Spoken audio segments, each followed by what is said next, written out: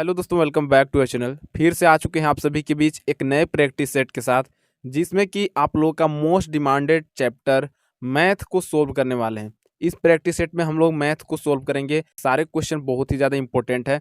वैसे एक practice set में सारे मैथ तो नहीं होने पाएंगे, पर कुछ जो इम्पोर्टेंट चैप्टर्स हैं मैथ के अंदर, जो हर एक शिफ्ट में क्वेश्चन पूछे जाते हैं, हर साल पूछे जाते हैं, वो सारे क्वेश्चन आपको कराने की कोशिश की है। हालांकि ये मैंने सोचा नहीं था, पर आप सभी की डिमांड के चलते मुझे ये प्रैक्टिस सेट लाना पड़ा। वैसे मैं चैनल पर अपने जीके, जीएस और साइंस के क्वेश्चन ही कराता हूँ। ऐसा मैं 1 साल पहले मैथ का प्रैक्टिस सेट लाया था अपने चैनल के ऊपर।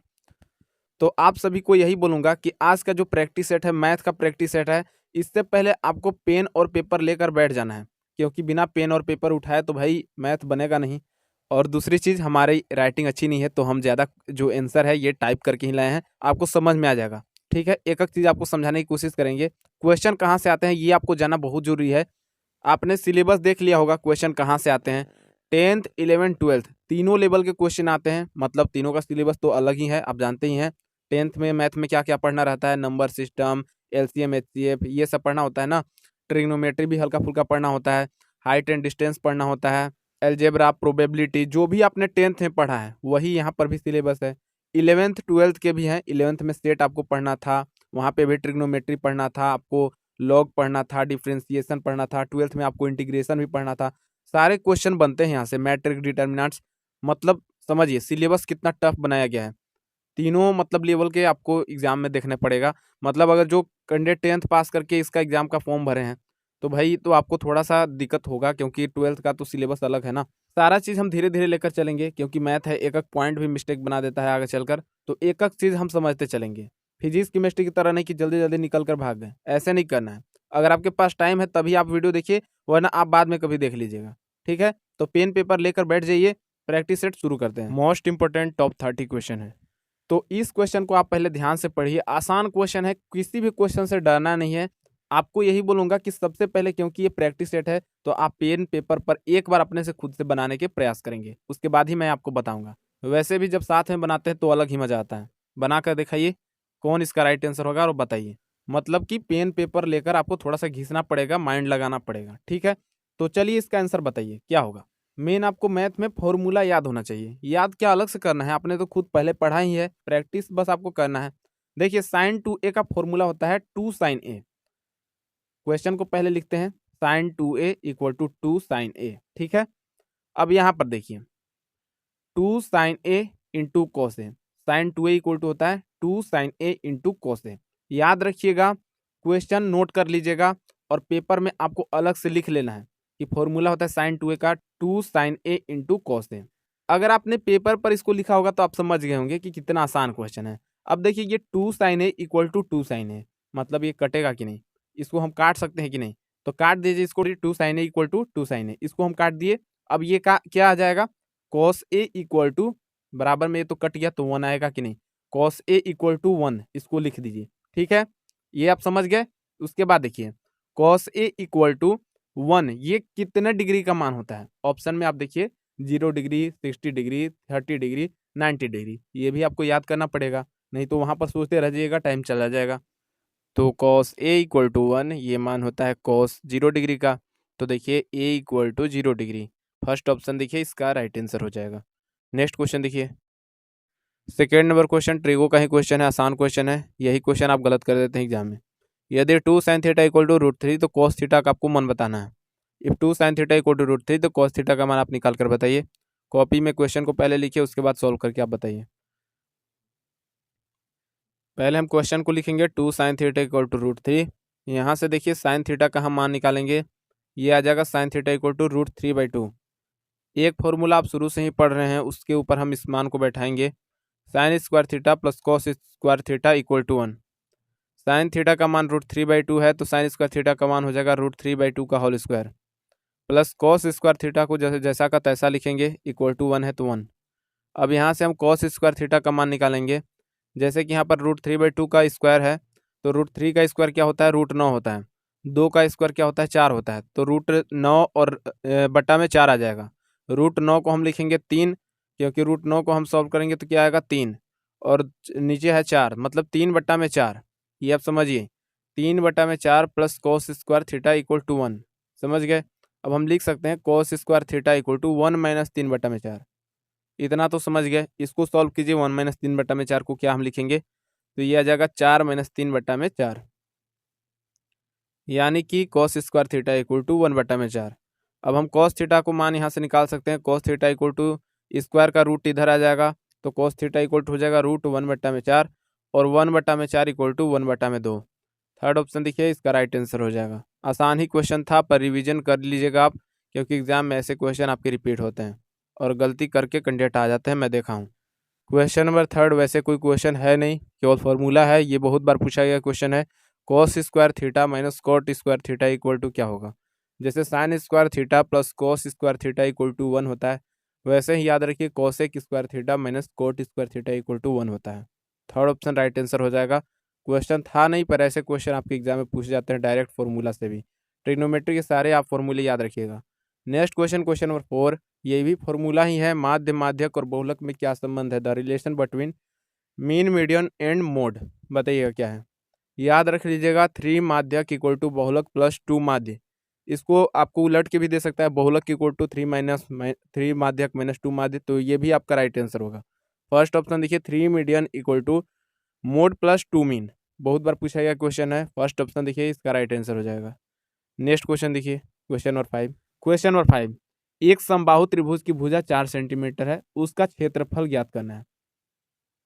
समबाहु त्रिभुज का क्षेत्रफल आपको पता होना चाहिए क्या होता है। समबाहु त्रिभुज का क्षेत्रफल अगर आपको पता है तो आसान क्वेश्चन है, कुछ है नहीं क्वेश्चन में। और ऐसे ऐसे क्वेश्चन कैंडिडेट छोड़ कर आ जाते हैं, हमें समझ नहीं आता, एग्जाम में पता नहीं उनको क्या होता है।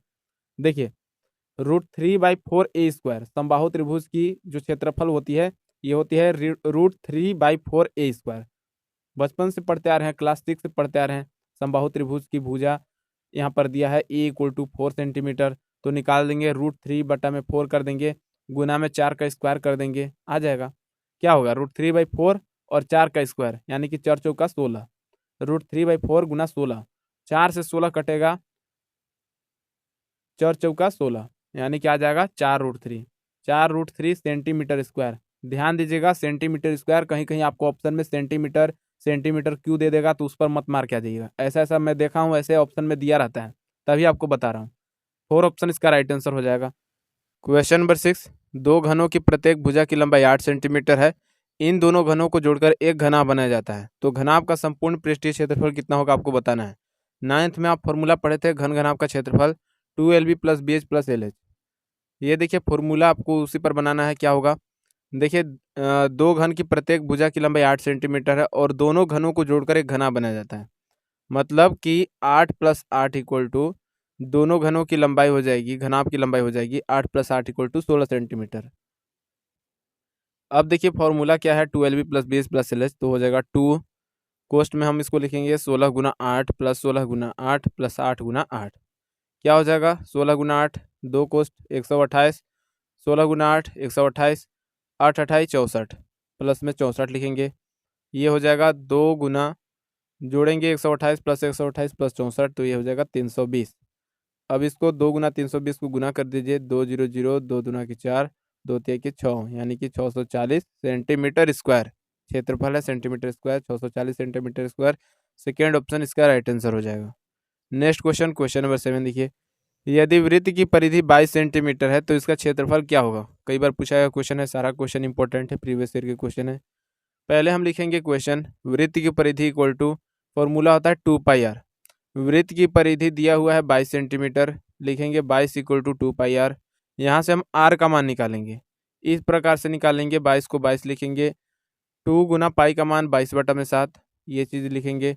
उसके बाद r है तो r, यहाँ से r का मान निकल जाएगा 22 इक्वल टू 22 गुना 2 44, और बटा में 7 है तो बटा में 7, r है तो r, यानी कि 22 इक्वल टू 44/7r। ठीक है, यहाँ से 22 से 44 कटेगा, सामने सामने कटता है ना, तो 22 से कम 22, 22 दूना के 44, यानी कि तो यहाँ से 22 से कम 22, 22 दूना के 44 इक्वल टू क्या हो जाएगा 2r इक्वल टू 7। अब देखिए 2r इक्वल टू 7 है, तो r इक्वल टू यहाँ पर आ जाएगा 7/2, यानी कि r का मान आ जाएगा r इक्वल टू 3.5 सेंटीमीटर, ये r का मान आ चुका है। अब यहाँ से हम इसका क्षेत्रफल निकालेंगे, यानी कि वृत्त का क्षेत्रफल निकालेंगे। वृत्त का क्षेत्रफल होता है पाई आर स्क्वायर। पाई का मान 22/7, आर का मान 3.5, तो 22/7 गुना 3.5 गुना 3.5 आर स्क्वायर। ठीक है, ये आ जाएगा क्या, इसको आप कैलकुलेट कीजिए तो ये आएगा, काटेंगे 7×5 = 35, 0.5 गुना कीजिए 22 गुना 0.5 गुना 3.5, तो ये आ जाएगा 38.5, 38.5। Second option right answer. देखिए आप एक बार अपने से खुद से करके। नेक्स्ट क्वेश्चन देखिए, क्वेश्चन नंबर 8। क्वेश्चन नंबर 8 देखिए, आसान क्वेश्चन है। दो संख्याओं का अनुपात 2:5 है। यदि उनका अंतर 36 है, यानी कि 5x और 2x का अंतर जो है माइनस ये 36 है, तब उनमें सबसे छोटी संख्या क्या होगी, बताइएगा। सबसे छोटी संख्या, बड़ी संख्या हम निकाल सकते हैं इसको। देखिए कैसे करना है, पहले लिखेंगे दो संख्याओं का जो अनुपात है ये 2:5 है। आपको यहाँ पर समझा रहे हैं, वहाँ पर एग्जाम में ऐसे नहीं लिखना है कि 2:5 है, ये समझ लीजिए, प्रैक्टिस कीजिए, आप अपने आप समझिएगा। अब देखिए माना दो संख्या है 2x और 5x है, x मान सकते हैं ना, तो 2x हो जाएगा 5x हो जाएगा। अंतर यानी कि इनका माइनस, इनका घटाव, 5x - 2x जो अंतर है ये है 36। तो इन दोनों संख्याओं का जो अंतर 5x - 2x = हो जाएगा 36। ठीक है, अब 5x - 2x घटाइए तो ये हो जाएगा 3x। 36 है तो इसको 36 लिखेंगे, 3x = 36। x = क्या हो जाएगा 36/3, 3 से 36 काटेंगे ये आएगा 12, 12 3 36। ठीक है, x = 12। अब यहाँ से सबसे छोटी संख्या निकाल लीजिए। सबसे छोटी संख्या क्या है इसमें, 2 और 5 में सबसे छोटी संख्या 2 है, तो 2x = हो जाएगा 2 × 12 = 24। ठीक है, तो फर्स्ट ऑप्शन इसका राइट आंसर हो जाएगा। वहीं पे अगर बड़ी संख्या निकालना होगा तो क्या होगा, 5 है तो 5x कर देंगे, 5 × 12 = 12×5 = 60 हो जाएगा। इसका राइट आंसर सबसे छोटी संख्या 24, फर्स्ट ऑप्शन राइट आंसर होगा। नेक्स्ट क्वेश्चन देखिए, क्वेश्चन नंबर 9। प्रकाश धारा के प्रति प्रवाह 32 किलोमीटर पर घंटा की गति से और धारा के अनुप्रवाह 44 किलोमीटर पर घंटा की गति से तैर रहा है। धारा की गति आपको बतानी है। देखिए बोट एंड स्टीम, स्पीड, चाल, दूरी, समय, रेलगाड़ी, यहाँ से आपके क्वेश्चन आते हैं। देखिए यहाँ पर क्वेश्चन क्या है, प्रति प्रवाह 32 किलोमीटर पर घंटा। हिंदी में बहुत सारे लैंग्वेज यूज किए जाते हैं, प्रति प्रवाह, अनुप्रवाह, धारा के अनुकूल, धारा के प्रतिकूल। इंग्लिश में समझिए, इसको बोलते हैं अप स्ट्रीम और इसको बोलते हैं डाउन स्ट्रीम, यानी कि अनुप्रवाह डाउन स्ट्रीम और प्रति प्रवाह अप स्ट्रीम। तो देखिए अप स्ट्रीम यानी कि प्रति प्रवाह धारा की विपरीत दिशा में, बिल्कुल धारा जिधर बढ़ रही है उसके जस्ट उल्टा। इसकी जो चाल है यह है 32 किलोमीटर पर घंटा। और अनुप्रवाह मतलब कि धारा जिधर बह रही है उसकी जो चाल है ये है 44 किलोमीटर पर घंटा, यानी कि जो इसकी स्पीड है, स्टीम की धारा की स्पीड ये है 44 किलोमीटर पर घंटा। अब हमें धारा की गति निकालनी है, स्टीम की स्पीड निकालनी है। ये कैसे निकालते हैं अभी आपको बताते हैं। सबसे पहले जो अप स्ट्रीम है इसे हम यू से, और जो अनुप्रवाह है यानी कि अप स्ट्रीम है इसे हम भी से डिनोट करते हैं। ठीक है, और धारा की गति को वाई से, और शांत जल में जो धारा की स्पीड होती है इसे हम एक्स से डिनोट करते हैं। एक फॉर्मूला आप याद रखिए, शांत जल में जब हम किसी धारा की गति निकालते हैं, स्पीड निकालते हैं, तो उसका फॉर्मूला होता है v + u/2। और जो धारा की गति होती है इसे हम y = v - u/2 से निकालते हैं। v यानी कि अभी आपको बताया ये होता है आपका अनुप्रवाह यानी कि डाउन स्ट्रीम, और जो u होता है ये होता है अप स्ट्रीम। तो ये कैसे निकलेगा, v - u/2 कैसे करेंगे, तो v यहाँ पर है 44 किलोमीटर पर घंटा, u है 32 किलोमीटर पर घंटा, तो 44 - 32/2 कर देंगे। डायरेक्ट इसका आंसर आ जाएगा, 44 में से 32 घटाएंगे तो ये हो जाएगा 12, और बटा 2 है तो 2। ठीक है, 2 से 12 काटेंगे तो 6, 6 दूनी की 12 होता है, तो 6 किलोमीटर पर घंटा। क्योंकि चाल है तो किलोमीटर पर घंटा में ही होगा। तो देखिए यहाँ पर थर्ड जो ऑप्शन है इसका राइट आंसर हो जाएगा। चलिए अब क्वेश्चन नंबर 10 देखिए, यहाँ पर आपका सिंपल इंटरेस्ट क्वेश्चन है, आसान क्वेश्चन है, डरिएगा नहीं। 10% वार्षिक ब्याज की दर से 6 महीने के लिए एक मूलधन पर साधारण ब्याज यानी कि एसआई 100 रुपया है। मूलधन आपको बताना है क्या होगा। आपने ब्याज निकाला है, दर निकाला है, रेट निकाला है, जो भी है आपने टाइम निकाला है, सारा चीज एक ही फॉर्मूला से निकलता है। एसआई = होता है PRT/100, उसी से ये भी निकलेगा। आपको मूलधन निकालना है, पी निकालना है। ये कैसे निकलेगा, पहले देखिए क्या क्या दिया हुआ है। एसआई दिया है, रेट दिया है, समय दिया है, टी मतलब टाइम दिया है। तो हम इसका मूलधन निकालेंगे। सबसे पहले लिखेंगे एसआई = जो दिया है 100 रुपया। रेट दिया है 10%, हमेशा जो परसेंट होता है ये रेट ही होता है, तो R = 10%, देखिए यहाँ पर दिया हुआ है। उसके बाद देखिए समय दिया है 6 महीना। तो आपको बताए हैं मतलब पहले आप कई प्रैक्टिस में बताए हैं कि पहले महीना को, दिन को हम वर्ष में चेंज कर लेते हैं। तो इसको भी वर्ष में चेंज कीजिए। अब 6 महीना को वर्ष तो आप ऐसे ही बता सकते हैं कि हाफ साल हो गया, मतलब 1/2 साल हो गया। अब इसको चेंज करने की तो ज़रूरत है नहीं, पर अगर आपको दिन दे दिया, महीना दे दिया, कुछ दूसरा महीना दे दिया, तो आपको कैसे चेंज करना है? तो एक साल में होता है 12 महीना, तो हम क्या करेंगे, 6/12 कर देंगे और 6 दूना 12, 1/2 साल ऐसे भी आ गया। ठीक है, 1/2 वर्ष। इतना समझ गए? इतना तो अब छोटा बच्चा भी इतना में समझ जाएगा, इतना तो समझाने की ज़रूरत है नहीं। अब आगे देखिए, एसआई का फॉर्मूला क्या होता है, पीआरटी बटा में 100 मूलधन गुने समय गुने दर बटा में 100, ये होता है ब्याज का फॉर्मूला। अब देखिए, यहाँ से हमें ब्याज नहीं निकालना है, ब्याज का फॉर्मूला ये होता है, लेकिन हम यहाँ से पी जो है मूलधन इसको निकालेंगे, क्योंकि पी को जस का तस वैसे छोड़ देंगे, बाकी सारा जो भी चीज़ दिया है उसको वैसे ही लिख लेंगे। जैसे एसआई दिया है यहाँ, यानी कि सिंपल इंटरेस्ट जो ब्याज है, इसको लिखते हैं पहले, एसआई इक्वल टू पीआरटी बटा में 100, इस पर बैठाना है, तो 100 इक्वल टू हो जाएगा, पी को ऐसे ही छोड़ देंगे। यहाँ पर आर देखिए रेट दिया है 10%, तो गुना 10, और उसके बाद टी यानी कि समय क्या दिया है, तो अभी 6/12, तो 6 और बट्टा में नीचे 12 आपका आएगा, ध्यान दीजिए, 6 ऊपर और बट्टा में 12, 6/12 है ना, तो नीचे 12, और गुना बटा में क्या है, 100 है, तो नीचे आपका 12 गुना 100 हो जाएगा, क्योंकि देखिए पीआरटी जैसा फॉर्मूला है वैसे बैठा रहे हैं, आप ध्यान दीजिए, पी गुना 10 गुना 6 और बटा में 12, और 100 है बटा में 100, तो 100 फॉर्मूला में 100 है तो 100 लिखेंगे ही, तो 12 गुना 100 हो जाएगा। अब आगे देखिए, तो अब देखिए यहाँ पर क्या हो जाएगा, 100 इक्वल टू पी गुना 10 छक्का 60 यानी कि 60 पी, और बट्टा में 12 गुना 100 यानी कि 1200, 100 इक्वल टू 60 पी बटा में 1200। इसको अब आप निकाल लीजिएगा कि नहीं, 60 पी इक्वल टू ये गुना हो जाएगा 100 गुना 1200, 60 पी इक्वल टू हो जाएगा 12 और 2 2 4 जीरो।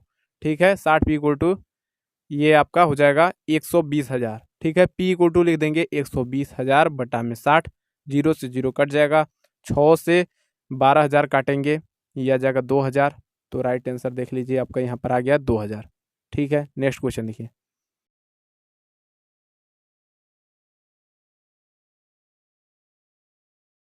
क्वेश्चन नंबर 11, कहीं भी कोई भी क्वेश्चन अगर समझने में दिक्कत आ रही है तो प्लीज़ आप कमेंट करेंगे, मैं आपको फिर से समझाने की कोशिश करूंगा।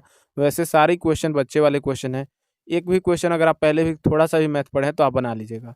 आपको समझा रहे हैं, वैसे तो राइटिंग अच्छी नहीं है, पर आप कैसे भी करके समझिए, एक बार अपने से खुद से आप एक बार अपना पेज अपना कॉपी पर लिखिए, आपको समझ में आएगा, ज़रूर समझ में आएगा, लेकिन आप लिखिएगा तब आपको समझ में आएगा, ऐसे समझ में नहीं आ सकते हैं।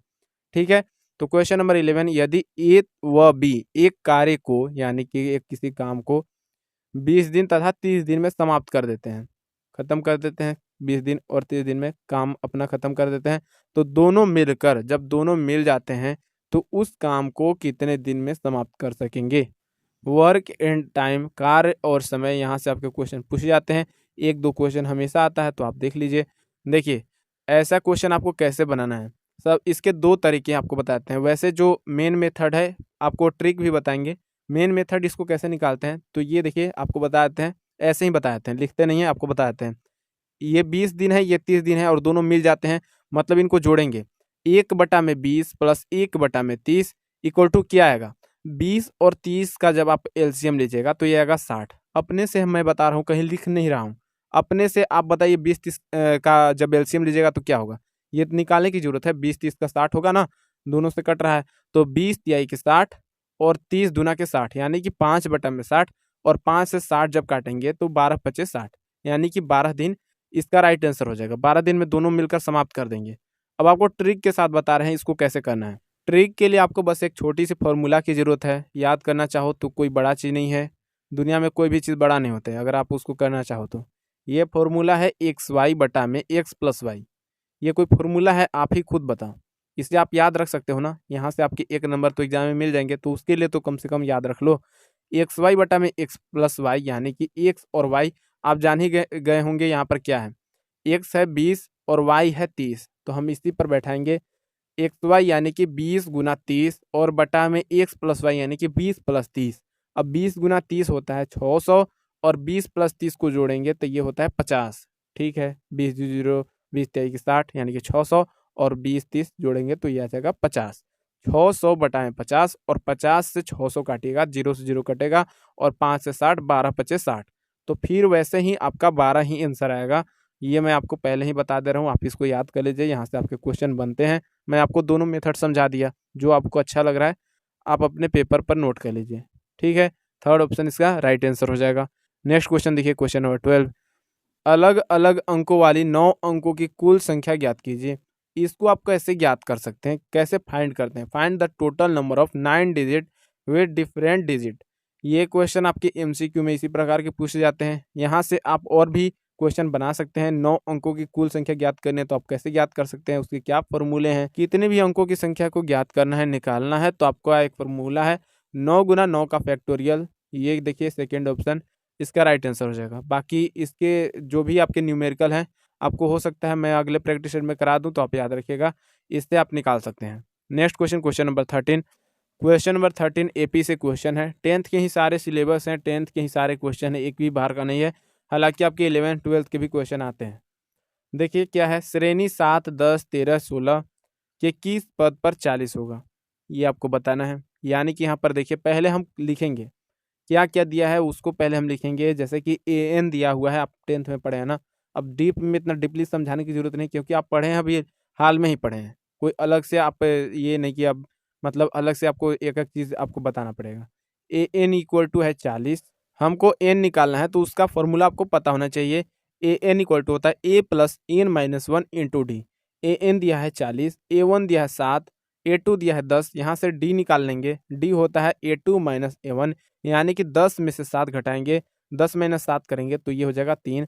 डी यहाँ पर सार्वंतर जो है ये है 3। ठीक है, ए इक्वल टू पहला पद, डी इक्वल टू सार्वंतर, एन आपको पता ही होगा पदों की संख्या, और हमें यही निकालनी है, यही ज्ञात करनी है। ए एन इक्वल टू क्या हो जाएगा, 7 प्लस एन माइनस 1 और डी है यानी कि 3, यहाँ पर हो जाएगा। ए एन दिया है 40 इक्वल टू हो जाएगा 7 प्लस एन का एन, हमें एन ही निकालना है, एन माइनस 1 और 3 का है तो 3।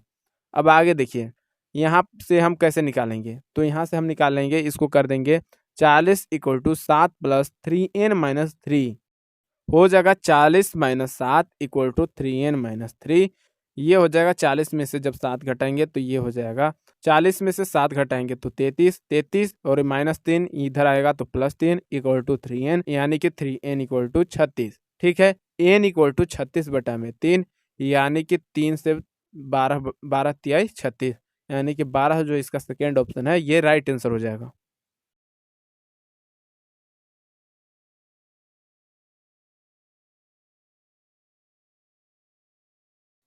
नेक्स्ट क्वेश्चन, क्वेश्चन नंबर 14, एक कार 45 किलोमीटर पर घंटा की गति से एक निश्चित दूरी तय करती है और 36 किलोमीटर पर घंटा की गति से उसी पथ से प्रारंभिक बिंदु पर वापस आ जाते हैं। पूरी यात्रा के दौरान औसत गति आपको ज्ञात करनी है। औसत गति आपको कैसे निकालनी होती है, इसका एक फॉर्मूला होता है, बहुत ही सिंपल फॉर्मूला है औसत गति निकालने का, 2xy बटा में x प्लस वाई। कोई भी आपको चाल दिया है, इससे आप निकाल सकते हैं। देखिए यहाँ पर क्या है, 45 किलोमीटर पर घंटा की गति से दूरी तय करती है और फिर उसी पथ से वापस आ जाती है, यानी कि 36 किलोमीटर पर घंटा की गति से वापस आ जाती है। कैसे निकालेंगे औसत गति, कैसे निकालेंगे, 2xy बटा में x प्लस वाई, एक्स दिया है 45, वाई दिया है 36, निकालिए कैसे होगा। ये हो जाएगा 2 गुना 45 गुना 36 बटा में एक्स प्लस वाई, यानी कि 45 प्लस 36 किलोमीटर पर घंटा। ठीक है, अब आगे देखिए कैसे निकलेगा, 2 गुना 45 गुना 36 और 45 प्लस 36 को जोड़िए तो ये आ जाएगा 81, यानी कि 2 गुना 45 गुना 36 बटा में 81 किलोमीटर पर घंटा। अब इसको कैलकुलेट कीजिए, 2 गुना 45 गुना 36 तो ये आ जाएगा 3240 और बटा में 81 है तो 81। अब ये क्या है आएगा उसके बाद, 3240 बटा में 81 किलोमीटर पर घंटा है, तो इसको हम काटेंगे तो ये 40 से 40 बार में कट जाएगा। 40 देखिए यहाँ पर फर्स्ट ऑप्शन देखिए इसका राइट आंसर है।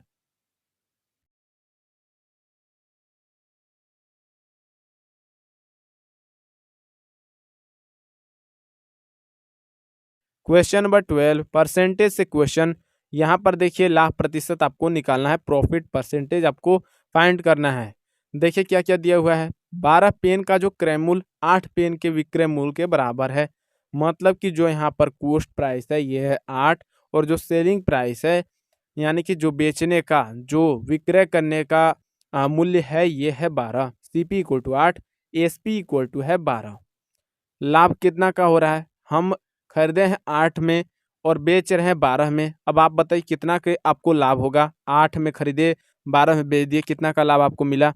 चलिए इसमें हम लोग को 4 का लाभ मिल गया, P इक्वल टू 4 लिख लेते हैं।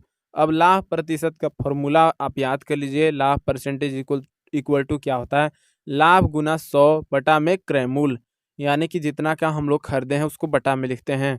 अब ये क्या हो जाएगा, यहाँ पर देखिए अभी हमको कितना का लाभ हुआ है, तो 4 का लाभ हुआ है, तो 4 गुना 100 और बटा में क्रय मूल्य कितना है, CP कितना है, तो 8 है।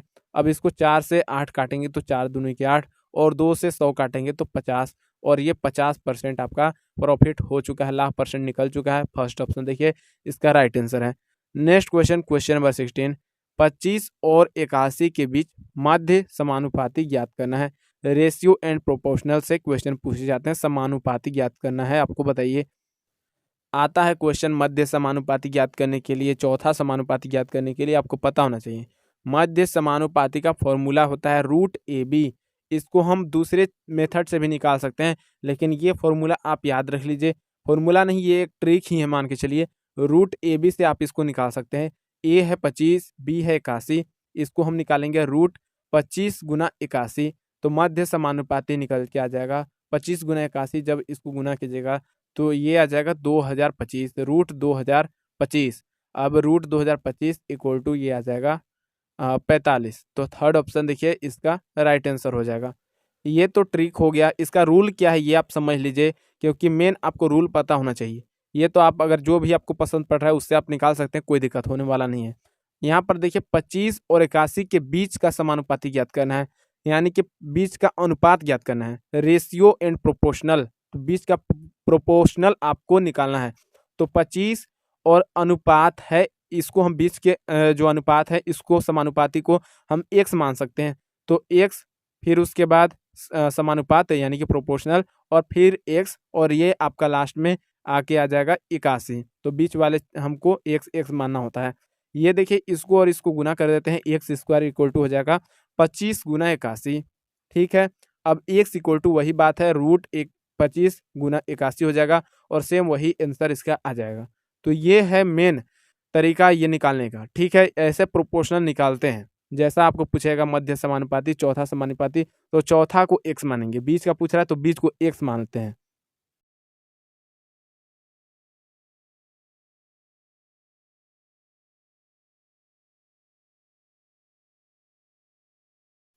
नेक्स्ट क्वेश्चन, क्वेश्चन नंबर 17, यदि a plus B equal to 5, a minus B equal to √17, तो ए बी आपको निकालना है। आपने तो a plus B, a minus B, ऐसे आपको ए बी निकालने के लिए आता है। यहाँ पर आपको ए बी निकालने के लिए आ रहा है, तो a निकालेंगे, उसके बाद b निकालेंगे और दोनों को हम गुना कर लेंगे। वो भी तरीका हो सकता है। हम देखते हैं पहले कैसे इसको निकालने का क्या तरीका है। तो पहले हम क्वेश्चन लिखेंगे a plus B equal to 5, a minus B equal to √17। अब यहाँ से हमको एक फॉर्मूला भी याद आ रहा है, उससे शायद ये बन सकता है, आसानी से बन सकता है। a प्लस बी का whole square minus a minus B का होल स्क्वायर होता है 4ab। यहाँ से हम डायरेक्ट इसको निकाल सकते हैं, कुछ भी इधर उधर करने की जरूरत नहीं है। वैसे और भी बहुत सारे मेथड हैं इसको निकालने के, पर हम इससे डायरेक्ट निकाल सकते हैं। ये एक फॉर्मूला होता है, मज़ेदार फॉर्मूला है, इससे तो हम आसानी से भी निकाल सकते हैं। अब मुझे तो ये फॉर्मूला याद आ गया, आपको हो सकता है एग्जाम में नहीं याद आए, तो इसीलिए मैं आपको बोलता हूँ आप प्रैक्टिस करो ना। आप प्रैक्टिस इतना कर दो कि आपको एग्जाम में ये आसानी से दिमाग में छप जाए। तो इसीलिए मैं आपको बोलता हूँ practice is man perfect, main आपको प्रैक्टिस ही करना है। ठीक है, अब देखिए हम इसको डायरेक्ट लिखते हैं a प्लस बी का होल स्क्वायर यानी कि 5 का square minus a minus B का होल स्क्वायर यानी कि √17 का स्क्वायर, ये हो जाएगा इक्वल टू 4ab है तो 4ab, 5 का स्क्वायर 25 और √17 का स्क्वायर डायरेक्ट हम 17 लिखेंगे, स्क्वायर करने की जरूरत नहीं है, रूट में है और स्क्वायर आता है तो जो भी मान है उसको वैसा कि वैसा ही लिख देते हैं। मतलब कि 17 है तो यहाँ पर 17 लिख देंगे इक्वल टू 4ab। अब यहाँ देखिए 25 में से 17 घटाएंगे तो ये आ जाएगा 8 equal to 4ab। 8 equal to 4ab को अब आप निकाल सकते हैं, ab इक्वल टू हो जाएगा 8/4, तो ये 4 से 8 कटेगा तो 2 इसका राइट आंसर हो जाएगा, ab equal to 2। First option इसका राइट आंसर हो जाएगा। समझ गए? चलिए अगला क्वेश्चन देखिए।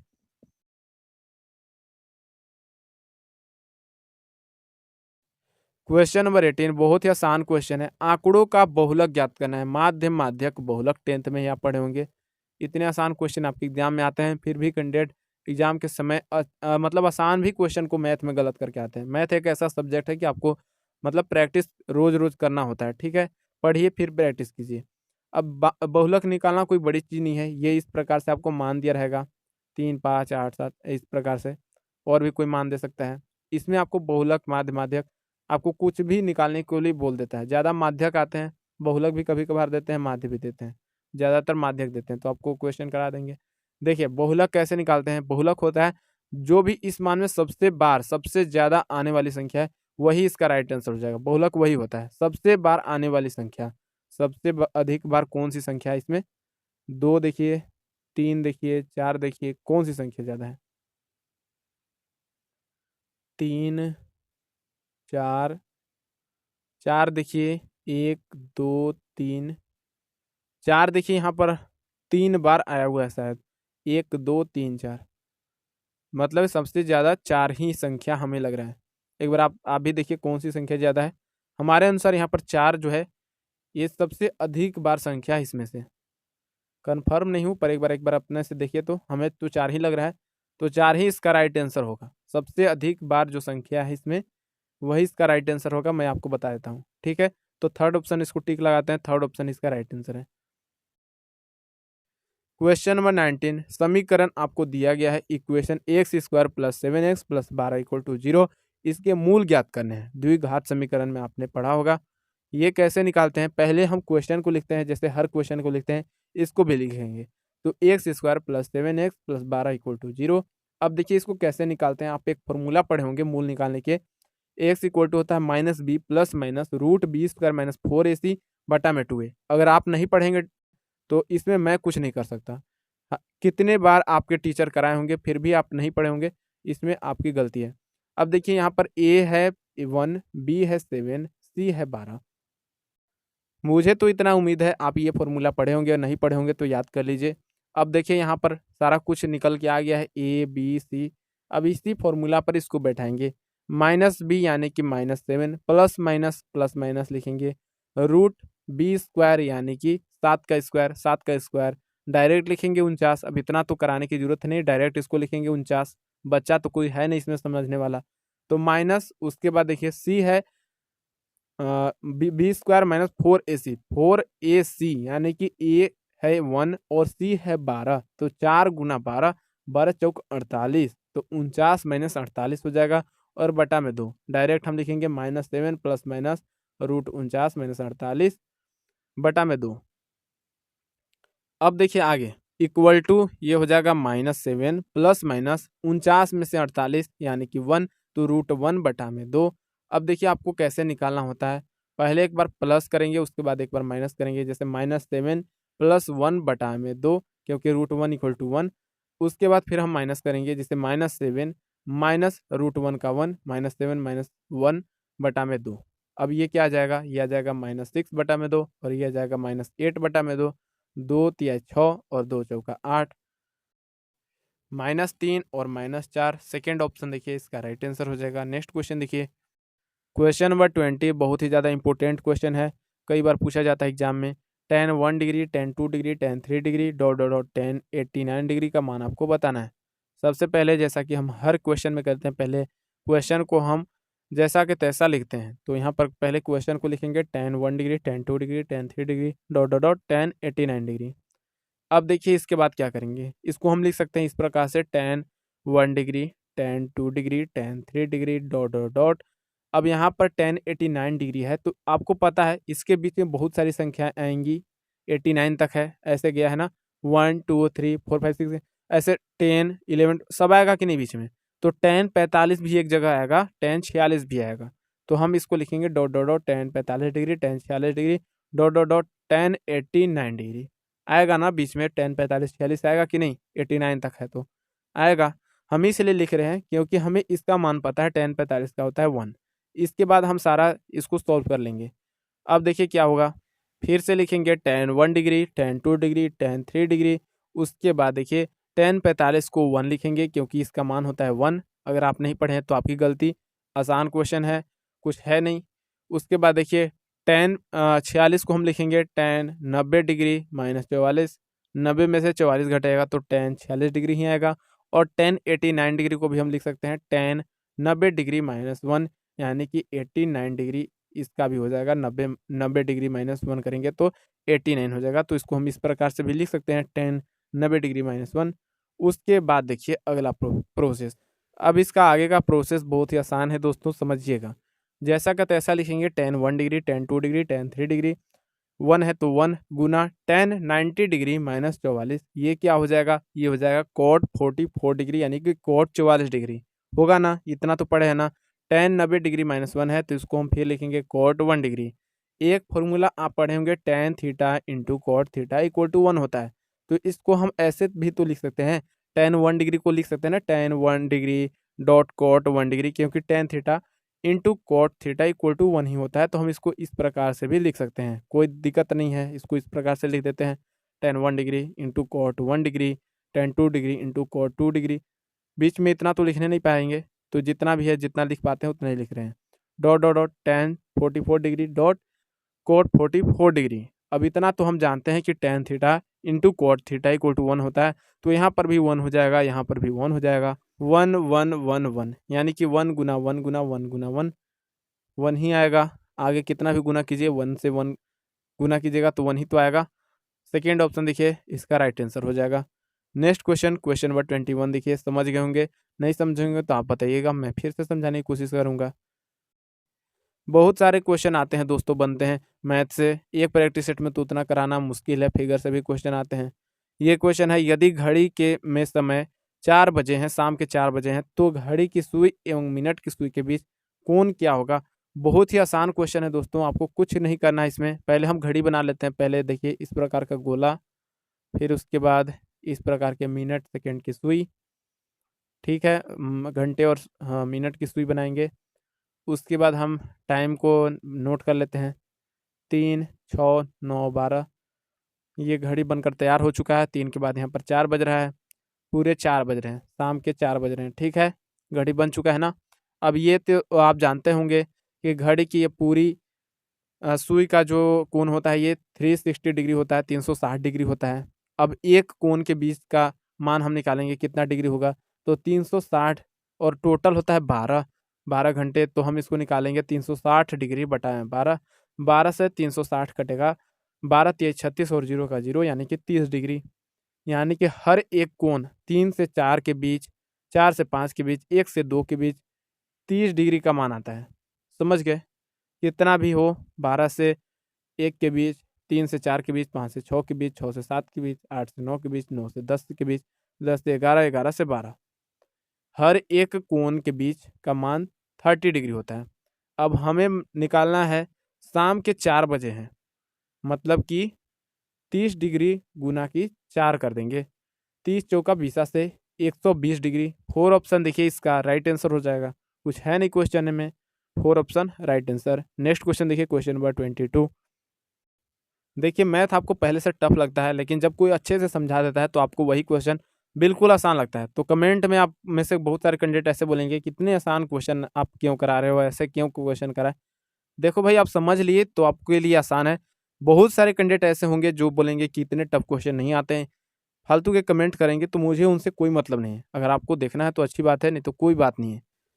कोई धनराशि साधारण ब्याज की दर से 3 गुनी हो जाती है। यदि दर रेट 4% है तो यह किस दर से 6 गुनी हो जाएगी। राशि क्या है, मान लीजिए हम मान लेते हैं कि राशि 1 रुपया है, फिर ये 3 रुपया हो जाता है, 3 गुना हो जाता है, उसके बाद ये 6 गुना हो जाता है, यानी कि 6 रुपया हो जाता है। देखिए यहाँ पर क्या दिया है, राशि दिया है साधारण ब्याज की दर से 3 गुना हो जाता है। यदि दर 4% है तो यह किस दर से 6 गुना हो जाएगा। मतलब कि फिर से हमें दर ही निकालना है, रेट ही निकालना है। 6 गुना दे दिया है, पहले 3 गुना दिया, रेट दिया है, फिर उसके बाद 6 गुना, यानी कि ये दे दिया 6 गुना राशि दे दिया, और उसके बाद रेट निकालना है। समझ गए। तो कैसे निकालेंगे, मान लीजिए राशि 1 रुपया है, ये 3 रुपया हो जाता है, फिर 6 रुपया हो जाता है। कितना के बीच में डिफरेंस है, 1 से 3 रुपया होता है, मतलब कि ब्याज इसमें 2 का है, ठीक है। 1 से 6 यानी कि 5 रुपया का ब्याज मिल रहा है, बीच में 5, 6 में से 1 घटाइएगा तो 5 रुपया हुआ ना। 1 से 3 के बीच 2 का ब्याज, और 1 से 6 के बीच 5 रुपया का ब्याज मिल रहा है। समय यानी कि टी का एक फॉर्मूला होता है, जैसे ब्याज का फॉर्मूला होता है, ब्याज इक्वल टू होता है मूलधन गुने समय गुना दर बटा में 100। तो ब्याज का दर का भी फॉर्मूला हो जाएगा, समय का भी फॉर्मूला हो जाएगा यहाँ से। तो हमें समय निकालना है। मैं ब्याज के फॉर्मूले पर भी बैठा सकता हूँ, पर समय का फॉर्मूला होता है ब्याज गुना 100 बटा में मूलधन गुना दर। ब्याज यहाँ पर क्या है, तो ब्याज यहाँ पर 2 रुपया है, तो ब्याज यहाँ पर 2 लिख लेंगे। 100 है तो 2 गुना 100। मूलधन क्या है, यहाँ पर देखिए 1 है तो 1 लिखेंगे। दर यानी कि रेट क्या है, तो ये 4 का रेट है, 4% का, तो 4 लिख लेंगे। 2 गुना 100 करेंगे तो 200 और बटा में 4, 200 बटा में 4 यानी कि 4 पचे 20, 50 वर्ष आ जाएगा। 50 वर्ष इसका समय आ गया। अब देखिए हमने समय निकाल लिया है क्योंकि समय नहीं दिया था।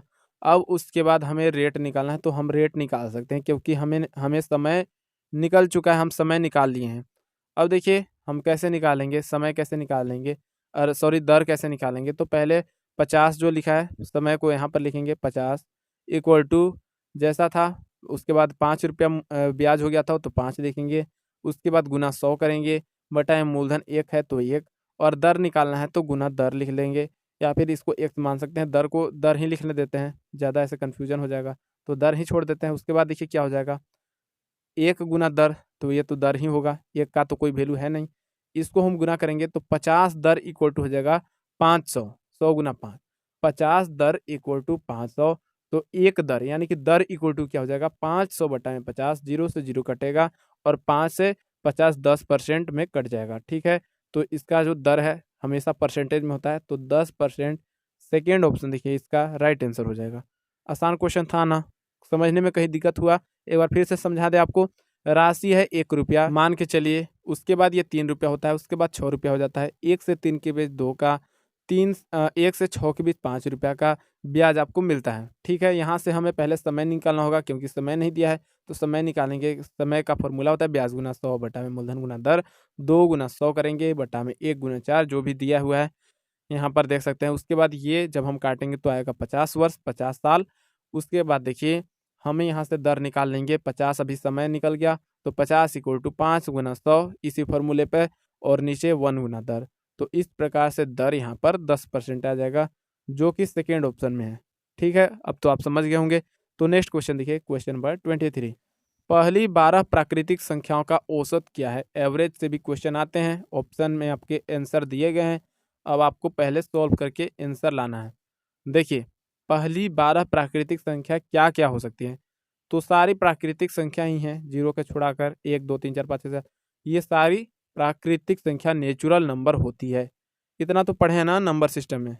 तो 1 से 12 तक की ये सारी प्राकृतिक संख्या ही हैं, नेचुरल नंबर ही हैं। एवरेज कैसे निकाला जाता है, औसत कैसे निकाला जाता है, आपको पता है ना। संख्याओं को पहले जोड़ते हैं और जितना संख्या है उससे हम भागा दे देते हैं, भाग दे देते हैं। तो कितनी संख्याएं हैं, 12 संख्याएं हैं, 12 प्राकृतिक संख्याएं आपका पूछा गया है। तो पहले हम 12 संख्याओं को जोड़ेंगे, 1 + 2 + 3 + 4 + 5 + 6 7 8 9 10 11 12 सारी संख्याओं को जोड़ेंगे और टोटल कितनी संख्याएं हैं उससे हम भाग देंगे। टोटल 12 संख्या है तो 12 से भाग देंगे। अब इन सारी संख्याओं को जोड़ेंगे, 1 से लेकर 12 संख्याओं को, टोटल संख्याओं को जोड़िए। तो 2 1 3 3 3 6 6 4 10 10 5 15 इसी प्रकार से जोड़िए। टोटल कितना आएगा जब ये सारी संख्याओं को आप जोड़ेंगे, तो टोटल आ जाएगा ये 78। टोटल संख्याओं को जोड़ेंगे तो ये आ जाएगा 78। नीचे है 12 तो 78 बटा में 12, 12 से 78 को भाग देंगे तो ये आ जाएगा। तो इस प्रकार से हो जाएगा 12 छक 72, 72 में 6 और 12 पचे 60 यानी कि 6.5। थर्ड ऑप्शन देखिए इसका राइट आंसर हो जाएगा, जब 12 से 78 में भाग दीजिएगा 6.5। Third option right answer. Next question, question number 24। Question number 24, इस प्रकार के क्वेश्चन भी आपके प्रीवियस ईयर में आए हुए हैं। आप मानो या ना मानो, प्रीवियस ईयर के पेपर अगर आपके पास हैं तो आप देख लेना। एक बीज गणितीय व्यंजक जिसमें केवल एक पद होता है उसे क्या कहा जाता है। ऑप्शन मैंने हिंदी में भी दे दिए हैं, एक पदीय, द्विपदीय, त्रिपदीय, बहुपद। लेकिन आपके जो ऑप्शन भी थे, जो आपके प्रीवियस ईयर में पूछे गए, उसमें इंग्लिश में ही ऑप्शन भी थे। मतलब कि जैसे द्विपदीय यहाँ पर नहीं था, यहाँ पर बाइनोमियल था, ट्रिपॉड था, इस प्रकार के। हिंदी में भी इस प्रकार से ही लिखा हुआ आया था। पोलिनोमियल था, इस प्रकार से आया हुआ था, समझ गए। लेकिन मैंने आपको हिंदी में लिख कर आपको बता दे रहे हैं, जो कैंडिडेट हिंदी से हैं आपको समझ में आ जाएगा। देखिए जिसमें केवल एक पद होते हैं, नाम से ही लग रहा है एक पदीय। अगर यही इंग्लिश में दिया रहेगा मोनोसिलेबिक, अब जो हिंदी मीडियम के स्टूडेंट हैं तो उनको तो दिक्कत होगा ना, वो उनको नहीं समझ में आएगा, उनको लगेगा कि कौन सा हो सकता है। तो ये तो गलत है। हम यही चाहते हैं कि आप हिंदी इंग्लिश दोनों में एक बार देख लें, क्योंकि ऐसा भाई मेरे पास तो मैं आपको दिखा दे रहा हूँ, पर वहाँ पर ये तो आपको कुछ नहीं चलेगा ना। आप एग्ज़ाम में तो भाई लाचार हो, मजबूर हो, तो आप यही करो, आप प्रैक्टिस करो इस प्रकार के। एक बीजगणितीय व्यंजक जिसमें केवल एक पद होता है, तो ये एक पद ये होता है मोनोसिलेबिक। फर्स्ट ऑप्शन ही इसका राइट आंसर होगा। क्वेश्चन नंबर 25, इफ यानी कि यदि a plus B plus C equal to 9 है, तो A B plus B C plus C equal to 23, तो आपको निकालना है A square plus B square plus C square. ये क्या होगा? बहुत ही आसान चीज़ है, कुछ भी टफ नहीं है। पहले हम जो निकालने के लिए बोलता है, जैसे एक फॉर्मूला आप देखे होंगे A plus B plus C, इसका हम होल स्क्वायर निकालेंगे तो क्या होगा? A plus B plus C का होल स्क्वायर क्या होता है? A square plus B square plus C square plus 2ab plus 2bc plus 2ca। इसको हम लिख सकते हैं ना, A plus B plus C का whole square, A square plus B square plus C square plus 2 कॉस्ट में लिख सकते हैं A B plus B C plus C है, लिख सकते हैं ना। दोनों कॉस्ट तो आ जाएगा ना, दोनों का हम ले लेंगे तो। अब देखिए आगे क्या होगा। A plus B plus C का होल स्क्वायर, ए प्लस बी प्लस सी का मान दिया है 9, तो हम यहाँ लिखेंगे 9 का स्क्वायर। अब हमें निकालना है A square plus B square plus C square मान, तो इसको हम वैसा के वैसा ही लिख देंगे, A square plus B square plus C square, क्योंकि हमको इसका मान निकालना है। प्लस हम इसको गुना करेंगे, 2ab plus B C plus C है, यहाँ पर दिया है A B plus B C plus C का मान, तो 2 गुना 23 कर देंगे।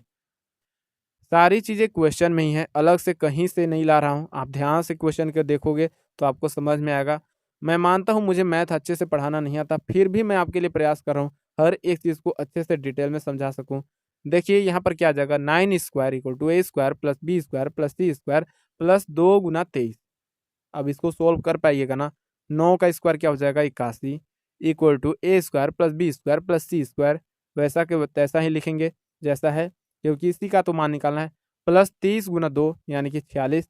अब यहाँ से मान निकाल लीजिएगा, A square plus B square plus C square equal to आ जाएगा 81 माइनस 46। अब 81 माइनस 46 कीजिएगा तो कितना आएगा, A square plus B square plus C square equal to 35। First option देखिए इसका राइट आंसर हो जाएगा। क्वेश्चन नंबर 26, समीकरण युग्म x plus 2i plus 5 equal to 0 तथा minus 3x minus 6y plus 1 equal to 0 का क्या हल है? कोई हल है या नहीं है? दो हल है, अपरिमित रूप से अनेक हल है। 10th में पढ़ना था। माइक से रिकॉर्डिंग कर रहा हूँ, पुरानी ही माइक से, तो आपको आवाज़ में प्रॉब्लम आ सकती है, इसीलिए मुझे बोलने में भी प्रॉब्लम आ रही है। मैं थोड़े से अजीब से बोल रहा हूँ, आपको लग रहा होगा। देखिए ये पहले क्वेश्चन को लिखेंगे, x plus 2i plus 5 equal to 0। अब यहाँ पर दूसरा क्या समीकरण है, दूसरा इक्वेशन क्या है, minus 3x minus 6y plus 1 equal to 0, यही है ना। अब देखिए इसको हम, आप जानते होंगे ये फॉर्म में है a1 x plus b1 y plus c1 equal to 0, और दूसरा फॉर्म है a2 x plus b2 y plus c2 equal to 0। ये किस फॉर्म में है यहाँ पर आप देख सकते हैं, a1 बटा में a2, यहाँ पर है 1 बटा में -3, x के पहले 1 और यहाँ पर x के पहले -3, तो a1 बटा में a2 इक्वल टू 1 बटा में -3। b1 बटा में b2 क्या है, तो ये है 2 बटा में माइनस क्या 6। उसके बाद देखिए c1 बटा में c2 क्या है, तो ये है 5 बटा में 1। अब यहाँ पर आप देख रहे होंगे b1 बटा में b2 2 बटा में -6 है, तो इसको हम काट के 2 तिया 6 1 बटा में -3 भी लिख सकते हैं। मतलब a1 बटा में a2 इक्वल टू 1 बटा में -3 और b1 बटा में b2 इक्वल टू सेम वही 1 बटा में -3, दोनों तो बराबर है। तो इसका क्या हो जाएगा, 1 बटा में a1 बटा में a2 इक्वल टू b1 बटा में b2, ये दोनों बराबर हैं। पर c1 बटा में c2 ये तो अलग है, तो इसको हम लिखेंगे नॉट इक्वल टू c1 बटा में c2। और इस प्रकार से इसका कोई हल नहीं है। इस प्रकार से जो भी समीकरण आते हैं, जो भी इक्वेशन आते हैं, आप पढ़े होंगे, इसका कोई हल नहीं होता है, कोई हल नहीं। There is a no solution. 4 option right answer. Next question देखिए। नहीं पढ़े हैं तो मैं कुछ भी नहीं कर सकता, एक एक चीज़ मैं आपको नहीं समझा सकता। ये प्रैक्टिस सेट है, प्रैक्टिस सेट में आपकी प्रैक्टिस करा रहा हूँ जो भी क्वेश्चन आपके आते हैं। क्वेश्चन नंबर 27 क्या है, एक द्विघात वर्ग बहुपद x square plus 99 x 99 x plus 127 के शून्यक होंगे, शून्यक निकालना है। ये किस प्रकार के शून्यक होते हैं? दोनों धनात्मक, पॉजिटिव, नेगेटिव क्या होते हैं? दोनों समान होते हैं, क्या होते हैं? सबसे पहले मेरी आदत है क्वेश्चन को पहले लिखना, क्योंकि बिना क्वेश्चन के मुझे समझ ही नहीं आता। तो पहले हम क्वेश्चन लिखेंगे x square plus 99x plus 127, यानी कि A X square plus B X plus C equal to 0। A equal to क्या है? यहाँ पर 1 है। बी इक्वल टू यहाँ पर क्या है? 99। सी इक्वल टू है 127, 127। अब हमें शून्यकों का योग और शून्यकों का गुणनफल ज्ञात करना होता है, निकालना होता है। शून्यकों का योग कैसे निकालते हैं? इसका फॉर्मूला होता है माइनस बी बटा में ए। माइनस बी क्या हो जाएगा? माइनस 99 और बटा में ए यानी कि 1। माइनस 99 के इसका आ जाएगा माइनस 99 बटा में 1 इक्वल टू माइनस 99। शून्यकों का गुणनफल निकालेंगे, इसका फॉर्मूला होता है सी बटा में ए यानी कि 127 बटा में 1 और ये आ जाएगा 127, यानी कि जो शून्यकों का योग है ये माइनस 99 है और शून्यकों का गुणनफल है ये है 127, 127। अब एक चीज़ आप जानते हैं, माइनस माइनस प्लस होता है, तो यहाँ पर माइनस 99 है और यहाँ पर प्लस 127 है और हमें पूछा जा रहा है कि दोनों कब ये प्लस में आएंगे। तो जब ये माइनस 127 होगा, ये तो पहले से माइनस 99 है, तो माइनस माइनस जब होगा तभी तो ये प्लस में आएगा। तो ये इसका राइट आंसर हो जाएगा। जब दोनों ऋणात्मक होंगे तभी ये प्लस में आएंगे, तभी ये पॉजिटिव होंगे। तो सेकेंड ऑप्शन देखिए, दोनों ऋणात्मक होना चाहिए, दोनों ऋणात्मक होंगे। सेकेंड ऑप्शन राइट आंसर इसका हो जाएगा। क्वेश्चन नंबर 28, एक्स अक्ष से बिंदु पी 2 3 की दूरी क्या हो जाएगी? एक्स अक्ष है 1 2 3, वाई अक्ष है 1 2 3, तो यहाँ से 2 और यहाँ से 3, तो एक्स अक्ष की दूरी सेम वही रहेगी जो पहले है, तो 3 पर है तो 3 ही होगी। तो एक्स अक्ष की दूरी क्या हो जाएगी? 3। सेकेंड ऑप्शन राइट आंसर हो जाएगा। आसान क्वेश्चन था, 1-2 नंबर के ऐसे क्वेश्चन आते हैं एग्जाम में। क्वेश्चन नंबर 29, देखने में बड़े क्वेश्चन है पर इतने बड़े क्वेश्चन है नहीं। पहले देखिए दिया है चाल यानी कि स्पीड 72 किलोमीटर पर घंटा की औसत गति से चलती हुई कोई निश्चित दूरी तय करने पर 9 मिनट का समय लेती है। समय पहले चाल को लिखेंगे 72 किलोमीटर पर घंटा, समय है टी इक्वल टू 9 मिनट, तो उसको लिखेंगे। दूरी पहले निकालेंगे, यहाँ से दूरी क्या आ जाएगा? दूरी इक्वल टू होता है समय गुना चाल, distance equal to speed into time. इसको हम लिखेंगे 72 गुना 9, तो ये आ जाएगा दूरी इसका जो है, ये आ जाएगा 72 गुना 9। अब यहाँ से हमें चाल निकलना है, चाल जो ये अभी दूरी आया इसी से हम चाल निकालेंगे। तो चाल का फॉर्मूला होता है, स्पीड का फॉर्मूला दूरी बटा में समय। दूरी अभी आया है 72 गुना 9 बटा में, इसको हम डायरेक्ट 72 गुना 9 भी कर सकते हैं, लेकिन अभी हमें यहाँ काटना भी है तो इतना करने की जरूरत नहीं है। डायरेक्ट पहले लिखेंगे 72 गुना 9 और बटा में समय है तो इसको लिखेंगे समय का टी यानी कि टाइम जो है। अगला जो समय दिया है ये 8 है, तो 8 मिनट लिख देंगे बटा में 8। 72 गुना 9 बटा में 8, 8 से 72 कटेगा, 8 9 72 और 9 गुना 9 करेंगे तो 9 9 81। मतलब कि चाल को 72 से 81 करना होगा, मतलब कितना बढ़ाना होगा? तो 81 में से 72 घटा देंगे तो 9 जो है 9 किलोमीटर पर घंटा, यानी कि चाल बढ़ाना होगा। सेकेंड ऑप्शन राइट आंसर हो जाएगा। लास्ट क्वेश्चन आज के प्रैक्टिस सेट का, क्वेश्चन नंबर 30, प्रोबेबिलिटी से क्वेश्चन है। एक पासे को फेंकने पर सम संख्या आने की प्रायिकता क्या होगी? बताइएगा। एक पासे को फेंका जाता है तो कितनी संख्याएं उस पर होती है? तो एक पासे पर 6 संख्या होती हैं, 1 2 3 4 5 6। ठीक है, डाइस पर 6 पासे होते, 6 अंक होते हैं ना, 1 2 3 4 5 6। अब इसमें सम संख्या कितनी होती है? तो 2 4 और 6, 3 ही तो सम संख्या होती है। तो क्या होता है प्रायिकता? अनुकूल परिणामों की संख्या बटा में कुल परिणामों की संख्या। अनुकूल परिणाम है ये 3 और कुल परिणाम है 6, तो 3 बटा में 6 हो जाता है। 3 और 6 काटेंगे तो 3 दूना 6, 1 बटा में 2। सेकेंड ऑप्शन इसका राइट आंसर हो जाएगा। आसान क्वेश्चन था ना, आप इसको सॉल्व कर पाए या फिर नहीं? कितने क्वेश्चन आप सॉल्व कर पाए आप खुद से बताइएगा कमेंट में, चीटिंग नहीं कीजिएगा। उम्मीद करते हैं आपको सारे क्वेश्चन समझ में आएंगे। हर एक क्वेश्चन को आपको डिटेल में समझाने की कोशिश किया। हालांकि मैं मैथ प्रैक्टिस सेट नहीं कराता हूं, पर आपके डिमांड के चलते मुझे कराना पड़ा। बाकी आपको क्वेश्चन ये 30 क्वेश्चन कैसे लगे, ये कितने प्रीवियस ईयर के इंपॉर्टेंट क्वेश्चन थे, आपको क्वेश्चन कैसा लगा आप बताइएगा। फिर से मिलते हैं नेक्स्ट वीडियो में, अभी के लिए बस इतना ही। धन्यवाद।